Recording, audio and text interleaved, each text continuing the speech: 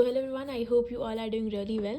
तो last lecture में पढ़ा था कि गवर्नमेंट्स अप्रोच के बाद बहुत सारे princely states, actually most of the princely states Indian union के पार्ट बन गए थे, लेकिन उसमें से भी कुछ ऐसे प्रिंसली स्टेट्स थे जो इंडियन यूनियन के पार्ट नहीं बने थे, जैसे हैदराबाद, मणिपुर, कश्मीर और जुनागढ़। तो कश्मीर और जुनागढ़ का इशू के बारे में मैंने बता दिया, लेकिन अभी इस चैप्टर में पढ़ा हमने हमें पढ़ना है हैदराबाद और मणिपुर के बारे में। तो अभी जो टॉपिक है वो हमारा है हैदराबाद के बारे में, कि हैदराबाद का फाइनली एक्सेशन हुआ कैसे इंडियन यूनियन में, राइट। तो वो हम इस लेक्चर में आज देखेंगे।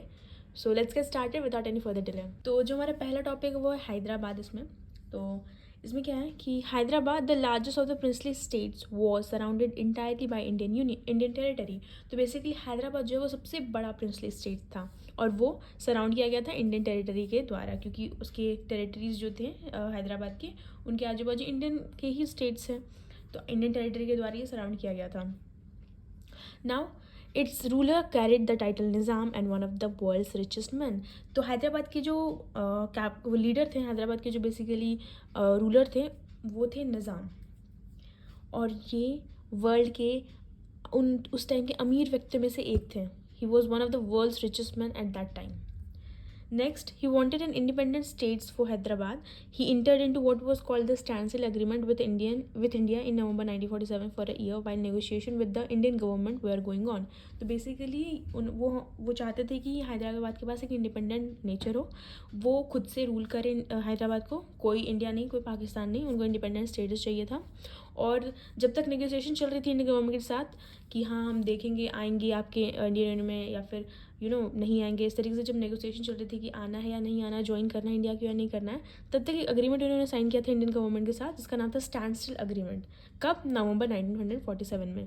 तो बेसिकली उनको इंडिपेंडेंट स्टेट चाहिए था, और जब तक नेगोशिएशन चल रहा था तब तक उन्होंने एक अग्रीमेंट साइन किया था, that was stand still agreement. कब? नवंबर 1947 में। तो ये याद रखिएगा।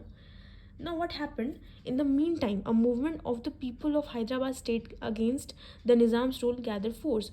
तो इसी दौरान क्या हो रहा था, जब ये चीज़ें चल रही थी उसी दौरान एक मूवमेंट लोगों ने कर दिया हैदराबाद के अगेंस्ट, और वहीं के लोगों ने किया, हैदराबाद के लोगों ने ही हैदराबाद के जो निज़ाम थे उनके अगेंस्ट कर दिया था ये मूवमेंट। इसमें क्या था, जो पेजेंट्री थे in the Telangana region in particular was the victim of Nizam's oppressive rule and was against him. Women join the movement in large numbers. So basically जो पेजेंट्री है, वहाँ के जो फार्मर्स थे, उनको बहुत ज़्यादा ऑपरेसिव रूल फेस करना पड़ रहा था निज़ाम का, तो इसके अगेंस्ट में उन्होंने एक मूवमेंट लॉन्च कर दिया तेलंगाना रीजन में। और वुमेन जो कि इन सब चीज़ों को वहाँ पे देख रही थी, उन्होंने भी मूवमेंट को ज्वाइन कर लिया। The Nizam responded by unleashing a paramilitary force known as the Razakars on the people. The atrocities and communal nature of the Razakars knew no bonds. तो बेसिकली अब निज़ाम ने क्या किया, अब निज़ाम को कुछ ना कुछ तो करना पड़ेगा ना, तो उसने एक पैरामिलिट्री फोर्स को रिलीज़ कर दिया जिसका नाम था रजाकर्स। और रजाकर्स जिस टाइप की अट्रॉसिटीज़ करते थे, जिस टाइप का उसका नेचर था कम्युनल वायलेंस वाला, उसका कोई बाउंड्री नहीं था। It was out of control, it was out of boundary. What happened? They murdered, maimed, raped, and looted, targeting particularly non-Muslims. The central government had to order the army to tackle the situation.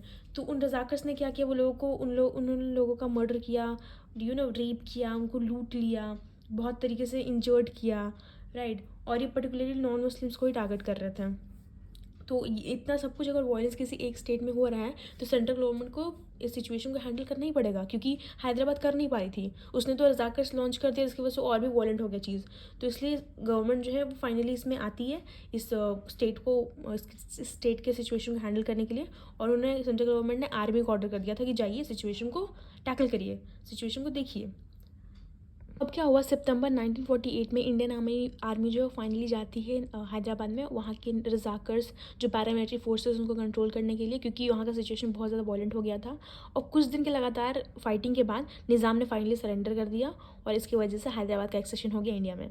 तो basically क्या हुआ कि starting में हैदराबाद के ruler ने चाहा था कि इंडिपेंडेंस स्टेटस हो, और 1947 में नवंबर में उन्होंने एक स्टैंड स्टिल एग्रीमेंट भी साइन किया था इंडिया के साथ। उसी दौरान क्या हो गया कि वहाँ के खुद को लोगों ने ही प्रोटेस्ट करना शुरू कर दिया निज़ाम के रूल के खिलाफ, और उसकी वजह से इंडियन आर्मी को फाइनली जाना पड़ा वहाँ सिचुएशन को सॉल्व करने के लिए।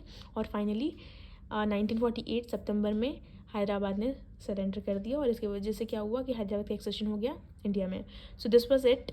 इसके बाद हम लोग नेक्स्ट पढ़ेंगे Manipur in the next lecture. और thank you so much for watching. तब तक के लिए stay tuned. Thank you so much.